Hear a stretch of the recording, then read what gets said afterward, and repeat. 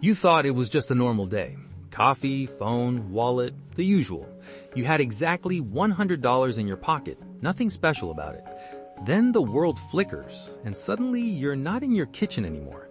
You're standing somewhere ancient, and that $100 is still in your hand. Here's a twist. There's no exchange booth here, no app, no rate.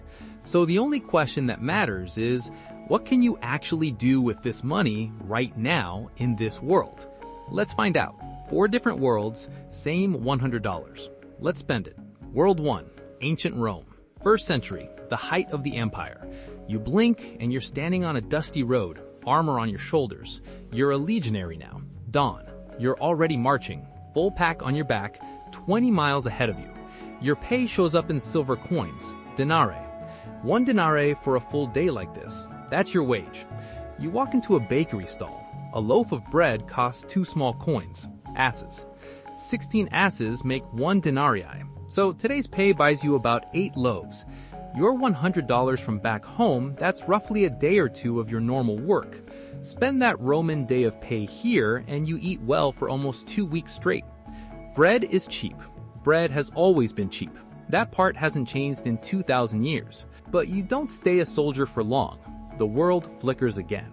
Now you're a scribe. Educated, comfortable, respected by your neighbors. You earn about 12 denarii a week. You spend around 4 denarii a week just feeding yourself. Your clothing for the whole year about 200 denarii. A real decision, not a quick purchase. Then you walk past the market and see something heavier. A cow for sale. Up to 200 denarii. Months of your wages on 4 legs. And then you see something that stops you cold. A person for sale. A few hundred coins, sometimes thousands, if the market calls them valuable. That's not a line in a textbook anymore. You're standing right in front of it. The world flickers. World 2, Ancient Egypt. No coins in your hand now, just your own labor and a sack of grain waiting for you. You're a laborer, walking to a building site at dawn, the Nile glittering beside you. You earn about 5.5 sacks of grain a month. Your foreman earns about 7.5 sacks, slightly higher up the ladder than you. You need a new shirt. That costs 5 units of copper, a devon. You need sandals. That's 1 devon. About 75 liters of wheat traded straight across. You eye a cow. 140 devon. Not happening this year. Your $100 from back home, turned into a few days of your labor here, buys you a shirt, a pair of sandals, and grain left in your sack for the week. Simple. Functional. You'll survive. But you notice something. There's no extra in your pocket, nothing spare. Every bit of what you earn meets a need, and that's it. Nothing wasted, nothing left. Then one month, the grain shipment is late. You don't just shrug it off. You and the other workers organize. You walk out. You refuse to work until it arrives. You just lived through one of the earliest labor strikes in recorded human history over rationed bread. Not a payslip, just bread. The world flickers again. World 3. Ancient Greece, Athens, Golden Age. You're paid in drachmas now.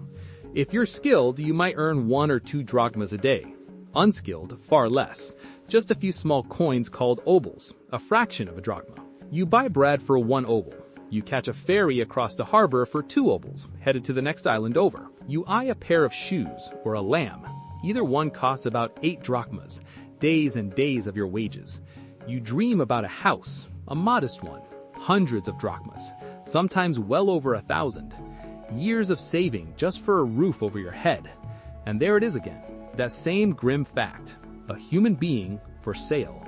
200 drachmas, maybe 300. Funny thing, back home, modern economists try to put a dollar value on your drachma. Their guesses range from $19 to $70.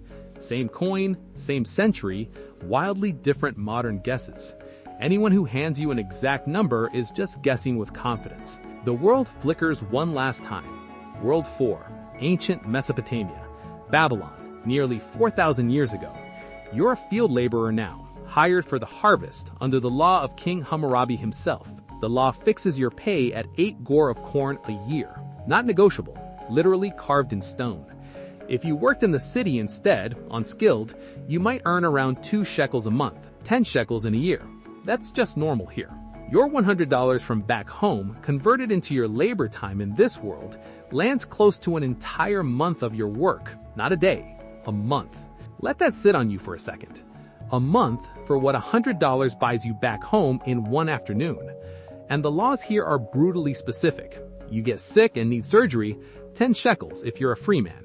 Only 2 shekels if you're someone else's enslaved property. The price of your own medicine depends on who you are, not on what you need. Even borrowing money costs you. Interest rates around 20 to 33%, written right into the law.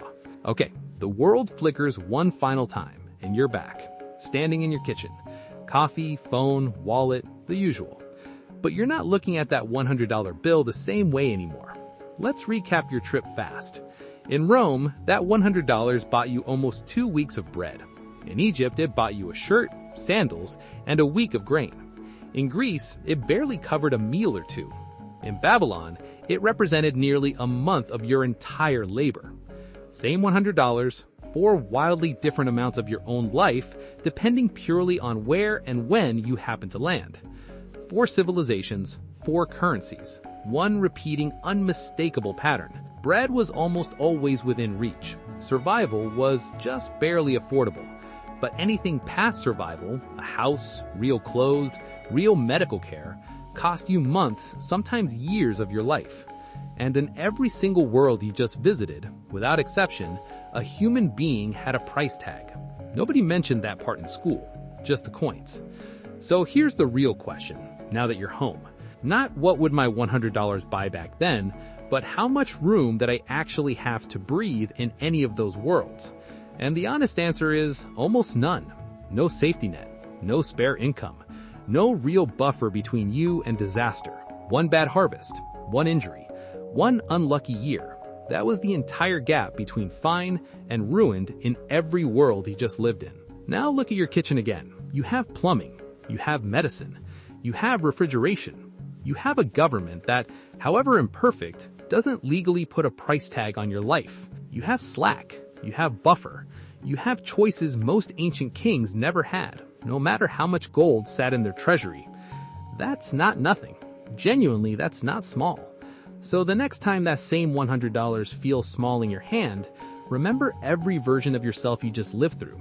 The soldier, the laborer by the Nile, the scribe doing math on his own clothing budget, the Babylonian farmer working an entire month for what you just spent in an afternoon. That's not meant to make you feel guilty. It's meant to make you feel lucky. If this trip changed how you see your own life even a little, that's exactly why this channel exists.